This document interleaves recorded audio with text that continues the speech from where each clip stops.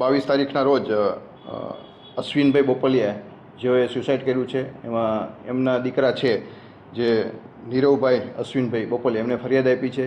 એમને કુલ 7 લોકો વિરુદ્ધ ફરિયાદ આપી છે, જેઓ વ્યાજે પૈસા લીધેલા હોય એ આશરે 70 લાખ રૂપિયા જેટલા હોય. જુદી જુદી રકમ, કોઈ 4%, કોઈ 10% અને 20-30%ના ઓલાથી લીધેલા હોય. એને વારંવાર પૈસાની ઉઘરાણી કરતા હોય, જેથી તેઓના ત્રાસથી પોતે આત્મહત્યા કરી લીધી છે. એ બાબતની ફરિયાદ નોંધાયેલ છે. ફરિયાદના આ કામે અમે 3 આરોપીઓની ધરપકડ કરી છે. એમાં ગિરિરાજસિંહ ગોહિલ, ભરત રબારી અને કિશન રબારીની ધરપકડ કરી છે. અન્ય જે આરોપી પકડવાના બાકી છે, ઇમરાન માળકિયા, અજય ભટ્ટ, અજીત જયસિંહ રાઠોડ, વિપુલ જયસિંહ રાઠોડ, જેઓને પકડવા માટે એ ડિવિઝન પોલીસ ઇન્સ્પેક્ટર અને સર્વેલન્સની ટીમ, જુદી જુદી ટીમો બનાવી અને આરોપી ધરપકડ કરવા માટેના પ્રયત્નો ચાલુ છે.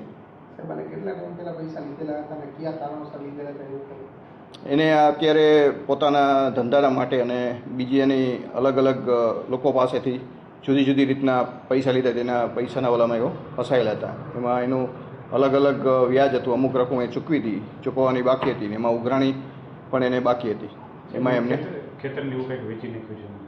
એની અત્યારે ઊંડાણપૂર્વક તપાસ ચાલુ છે. જે એને કોની પાસેથી કેટલા પૈસા લીધેલા હતા અને અમુક ચેકો આપેલા હતા, તો એ બાબતે અત્યારે એ ડિવિઝનના પીએસઆઈ તપાસ ચલાવી રહ્યા છે.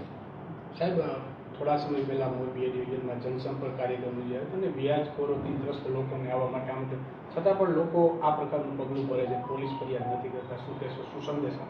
પોલીસ દ્વારા જ તે અમે જુદી જુદી રાષ્ટ્રીયકૃત બેન્કોને એ ડિવિઝન પોલીસ સ્ટેશન ખાતે એક મીડિયાના માધ્યમથી અગાઉ જાહેરાત આપી અને જે લોકોને પણ લોનની જરૂરિયાત હોય, એવા લોન લેવી હોય તો એની બેન્કોની અહીંયા સાથે રાખી અને એનો એક લોક દરબાર યોજવામાં આવેલ હતો. અને એ સાથે સાથે અમે પણ એવું આયોજન કરેલું હતું કે જે કોઈ આવા વ્યાજે લીધેલા પૈસા હોય અને એને કોઈ ઉઘરાણી માટે કોઈ ધમકાવતા હોય તો એને ફરિયાદ આપવા માટે પણ જણાવેલું હતું. એની ફરિયાદો પણ લીધેલી હતી.